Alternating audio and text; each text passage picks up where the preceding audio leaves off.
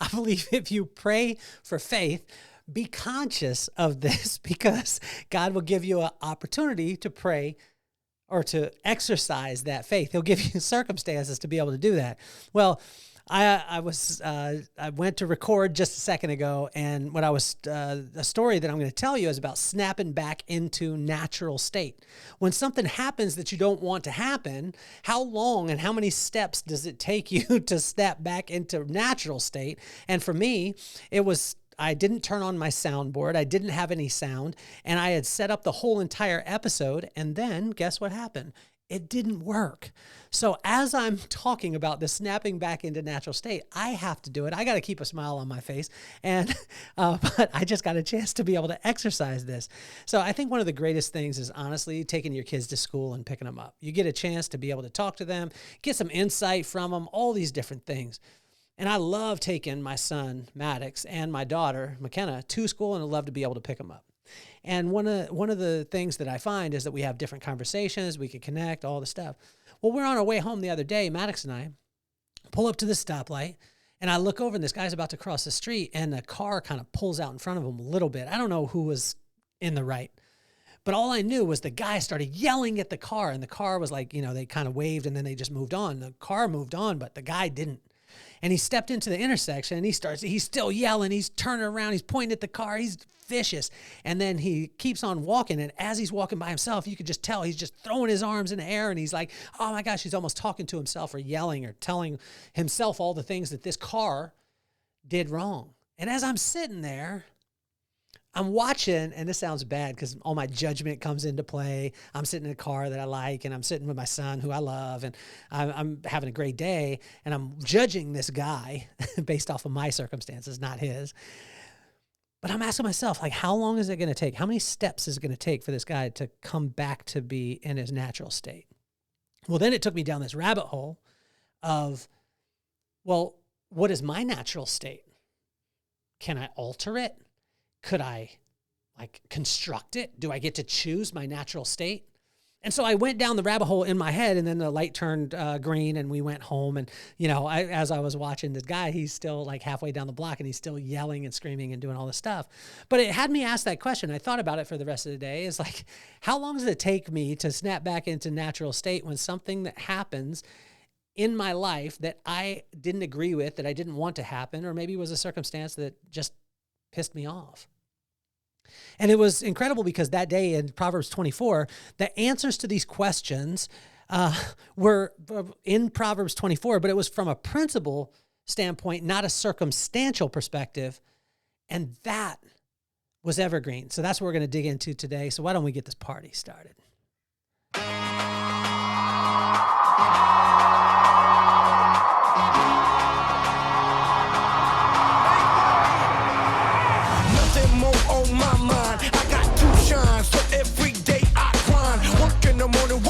Evening, we's achieving, cause we believing. It's for certain, we put the work in. We ain't stopped just because it's hurting. Right before your eyes, so it's coming to no surprise. The takeover is televised. Over and over and over again. Make no mistake, we continue to win. Defeat never known, cause I will not lose. They wanna mimic my moves, but can't walk in my shoes.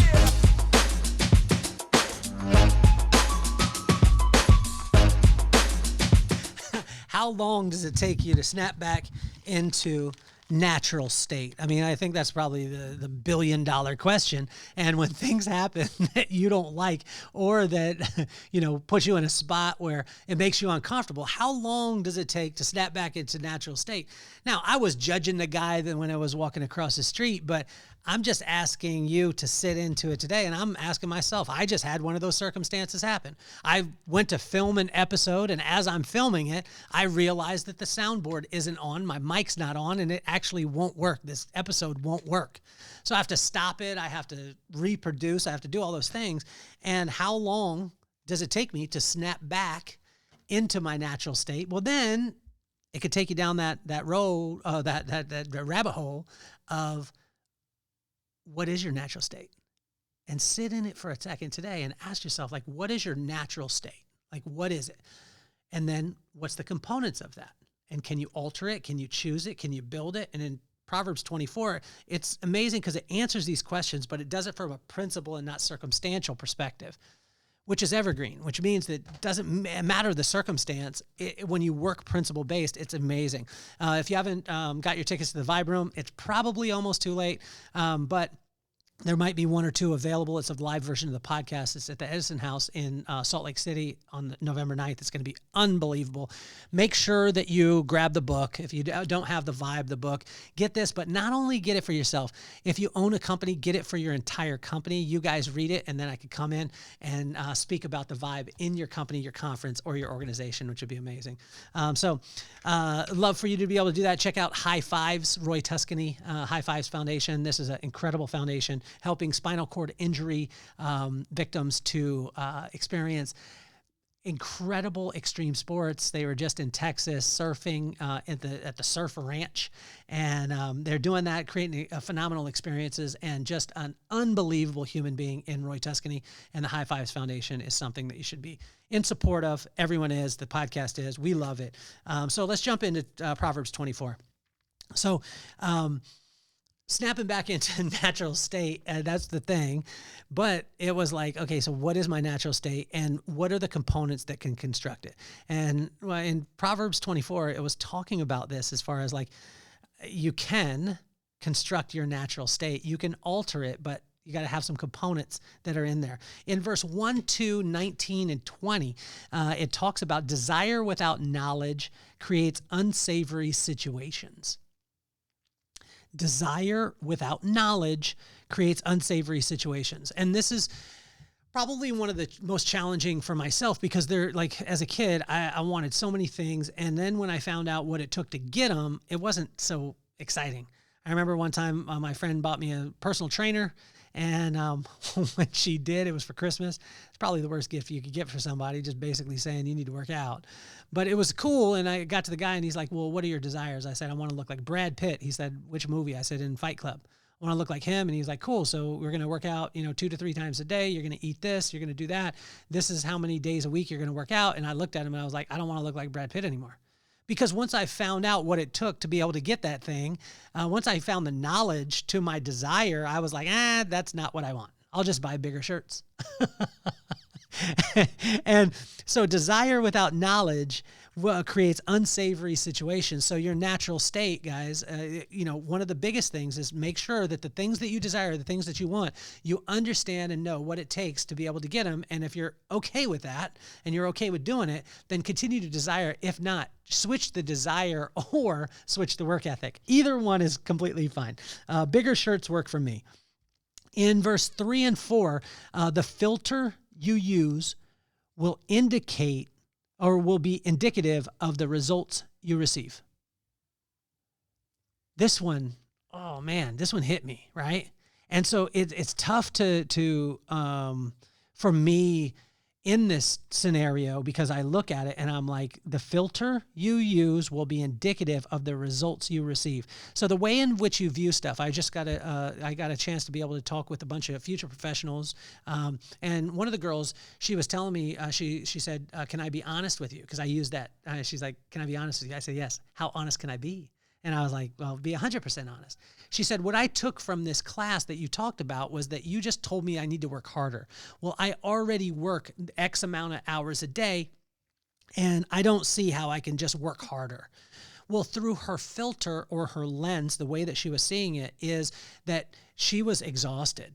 And based off that exhaustion, she was thinking about all the things that if I was adding to her life, it was just going to be more exhausting, as opposed to looking at it as, hey, we want to make you more efficient at the things that you do. And when that happens, you'll actually get more done in less time and get your time back.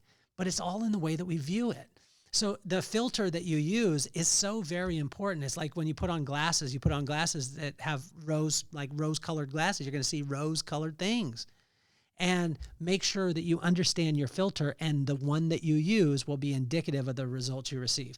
In verse 5 and 6, the foundation of power, strength, and victory is wisdom, knowledge, and guidance. Let me say this again. This one blew my mind. The foundation of power, strength, and victory, which we all want, right? Power, strength, and victory, is wisdom, knowledge, and guidance.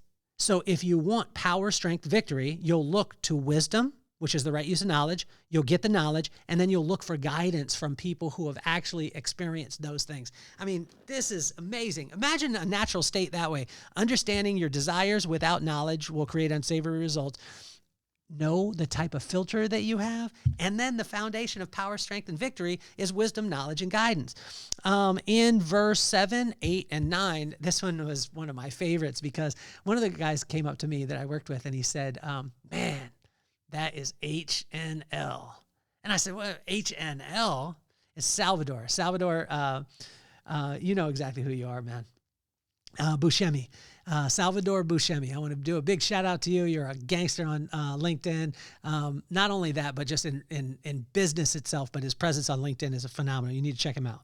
But he said, HNL, son, HNL. And I said, what is HNL? And he said, whole nother level. And I was like, wait a second, that's not how you spell it. And he just laughed and he's like, yes, it is. Whole nother level, HNL. And you always want to think about, like, with your natural state, if you want to go to a whole nother level, HNL, we've got to put principles in place that have wisdom, knowledge, and guidance. And in my head, I always want to be HNL. I want to be a whole nother level. I don't want to deal with the same things that normal people deal with, but that means that I have to hold myself to a standard that not normal people hold themselves to. And what you can find is when you do this, wisdom, knowledge, and guidance, you'll put yourself in a whole nother level. And your natural state can be a whole nother level also. In verse 10 is simply ask yourself, what is your natural state?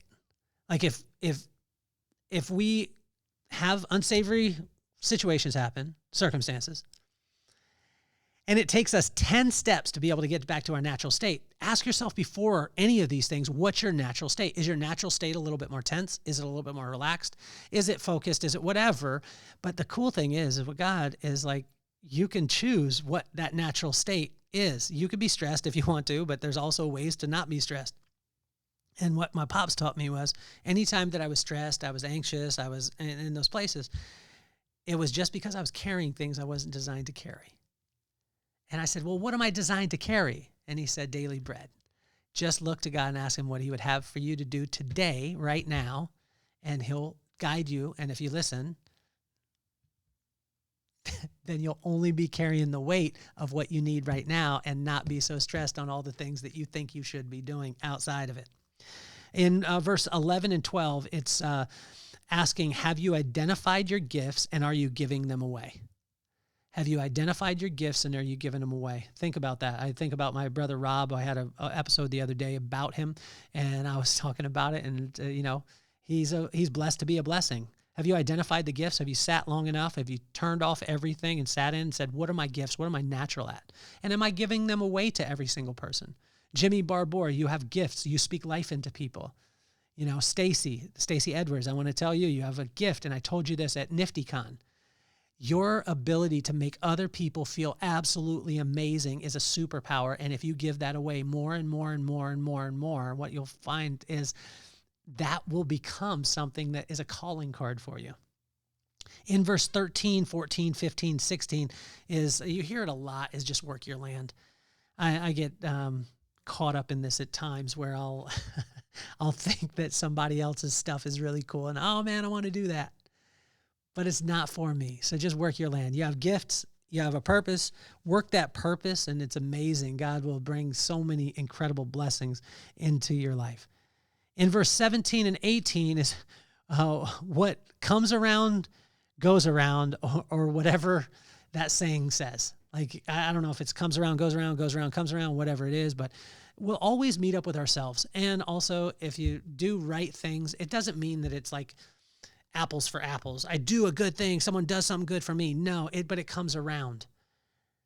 And make sure that you're doing the right thing at the right time. That'll be able to be in a place where it'll help your natural state, because the more and more that you're striving, that you're stressing on stuff, all the things, it just causes more pressure, and it causes you to be out of your own character. And if you want to be inside of your own character, just realize that you just need to do what's right now. How do we know that? By just staying in communication with God. in verse 19, 20, 21, and 22. Now, I'm paraphrasing on this stuff, but it says they will get theirs. This was a thing that was a lot of solace for me as a kid, because there was times where someone was doing wrong, and I was like, oh, they're doing wrong, but they're not getting caught. They're doing wrong, but they're getting the right result. So I thought in the moment. But just always remember, they'll get theirs, and you'll get yours, depending on the seed that you plant and the seed that they plant. So be conscious of that. In verse 23 through 34, be good to all people, speak truth, make people tired by watching you, take the high road, and be allergic to lazy.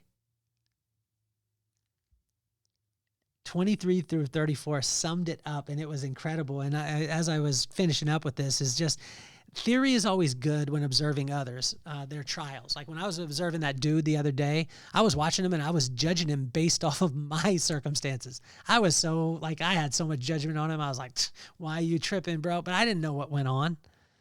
It's when we are personally faced with those things that we have the opportunity to evaluate our natural state. And see, even today, I went to record and I didn't have my soundboard on. I could get really mad, which I was here, but God gives us the opportunity to be able to exercise. When we ask for faith, he gives us the opportunity to exercise faith. And I think that he did that on purpose, because I was talking about snapping back into natural state, and he wanted to see where mine was. In Proverbs 24, it shows us that wars are won in peacetime preparation. And if that's true, once we become aware of our natural state, we have the ability to alter it to what we choose. This is easier said than done. The next time challenges arise, which is guaranteed, count how many steps, minutes, hours, or days it takes you to recover back into your natural state. And I invite you, like, evaluate the natural state now. And if it's a stressed natural state, when you have stress that comes in or circumstances that are unsavory, it's going to make it even more amplified. Get yourself to a natural state. And I find that, like with my brother Rob, I brag about him all the time. But his natural state is unbelievable. I look at Greg Reed, my buddy. His son just had a traumatic brain injury and went into a coma for a couple of weeks, and now is on his road to recovery. Dude is doing amazing. Colt, I absolutely love you. I'm so proud of you, and you're such a huge blessing. But I look at my buddy's natural state when nobody else was watching, one of the top thought leaders in the world in Greg Reed, and his natural state was still in that positive side. He was looking on the positive. He was looking at it. He was truthful with himself, and he just continued to be a blessing to every single person around him.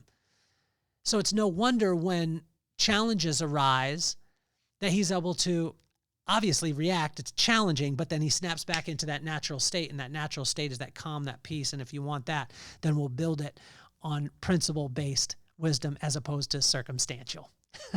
I hope you had a phenomenal day today with us. I want to thank you so much for listening to Inchstones. Inchstones is a series of small improvements. Kaizen is the word in Japanese, and we have adopted Inchstones, a series of small improvements. Never walk past poor quality. And when you have a series of small improvements and you pile them up, little inchstone, little inchstone, little inchstone, it then becomes the milestone that we're all looking for. So I hope you have a phenomenal day. My name is Kelly Cardenas, and I'm officially off the hot seat. Peace, love, and soul.